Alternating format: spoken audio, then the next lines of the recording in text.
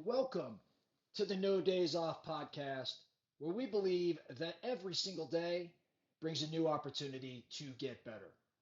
Let's get into today's topic. Today, I want to talk about investment resilience, building your investment resilience. Here's why I want to tackle this today. Most every big CEO, most every big business leader in the nation either believes we are currently in a recession as a country or in the next 12 to 18 months will in fact be in a recession.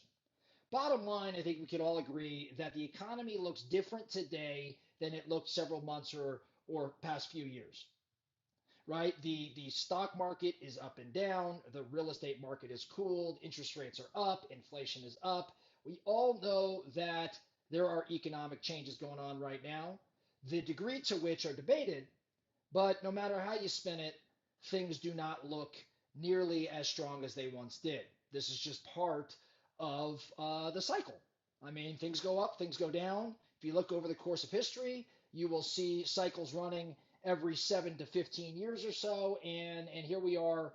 Candidly, I think we kind of overstayed our welcome in this last cycle, and the pandemic certainly kind of threw a wrench in things.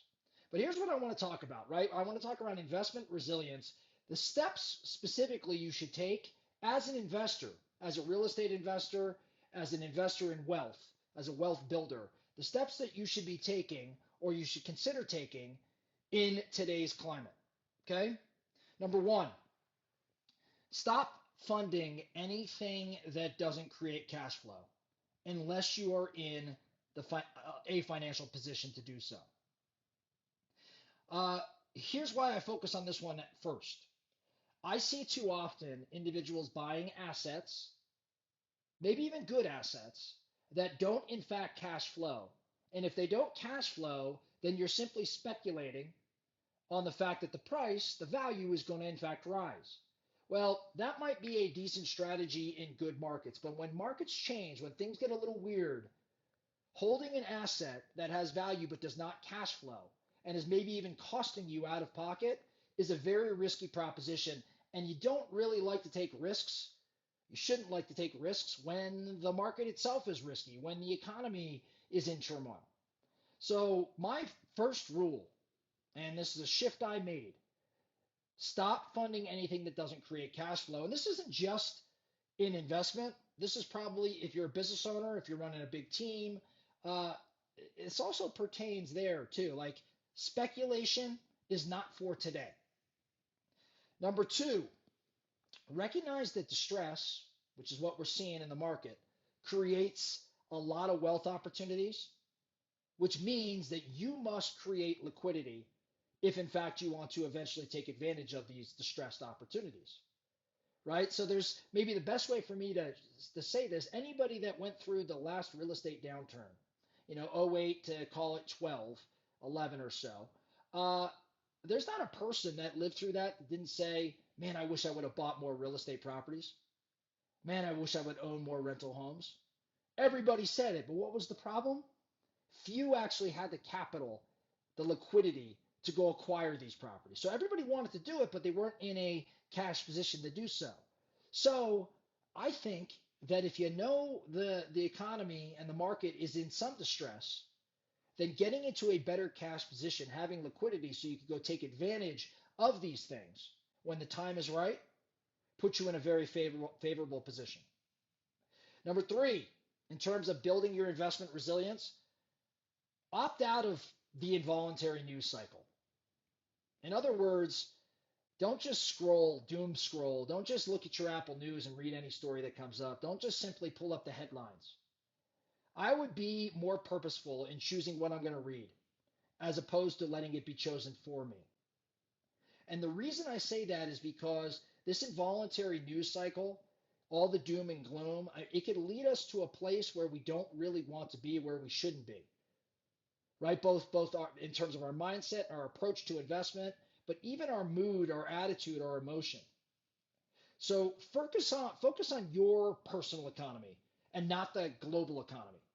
Focus on you, which means control your news cycle versus letting it be involuntary. and the stories get chosen for you. The fourth thing in terms of investment resilience, invest in yourself. Get your mind right.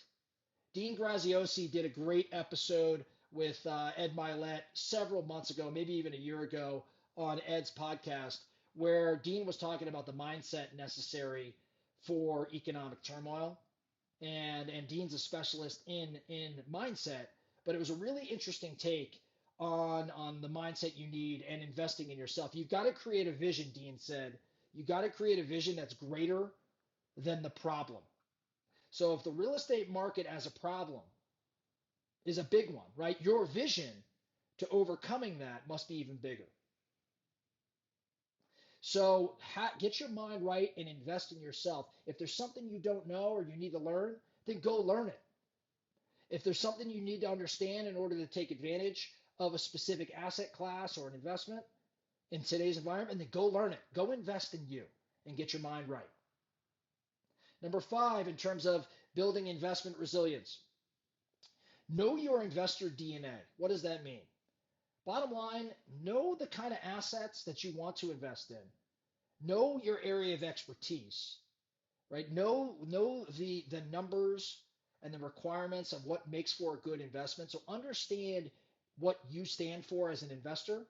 Like, get super clear around what it is you're in fact looking for, and then have your head on a swivel. I share this one around investment resilience because I think as the market shifts and things change, lots of opportunities will come about. And I don't want you running around just grabbing at anything, right? Instead, if you know what it is that you're aiming for, if you understand the type of investments that impact your personal wealth journey, right? You have clarity around these things, then you can in fact capitalize when an opportunity comes about. And you could do so with confidence, and it's less speculative. And going back to number 1, you're only buying things that are in fact cash flowing, which gives you even more security. The last thing that I want you thinking around in terms of investment resilience, increase the number of deals that you're in fact reviewing. So what I'm talking about in my experience in business and life, the more options available to you, the better the decisions that you make. So for example, if you want to buy a rental house, if you have one rental house to choose from, and that's the one, you will mentally do lots of things to try to make that deal work. However, if I gave you 7 different properties and said, hey, pick the best one, odds are you will make a much better decision because of the options available to you. Again, this works in investment, this works in business. Think about business. If you're hiring, if you have 5 candidates to choose from, you will make a more educated decision than if you only had 1 to choose from. And you can see how this applies everywhere else in life. So, quick recap in terms of investment resilience. Stop funding things that do not cash flow. Distress creates opportunity, so make sure you're in a good cash position. Get out of the involuntary news cycle. Get your mindset right. Understand your investor DNA, what it is you stand for, the type of investments you want. And lastly, increase the number of deals that you in fact are reviewing to increase your odds of success. That's all I have for you today. The No Days Off podcast. Thank you so much for listening. And remember, every single day brings a new opportunity to get better. So let's get after it.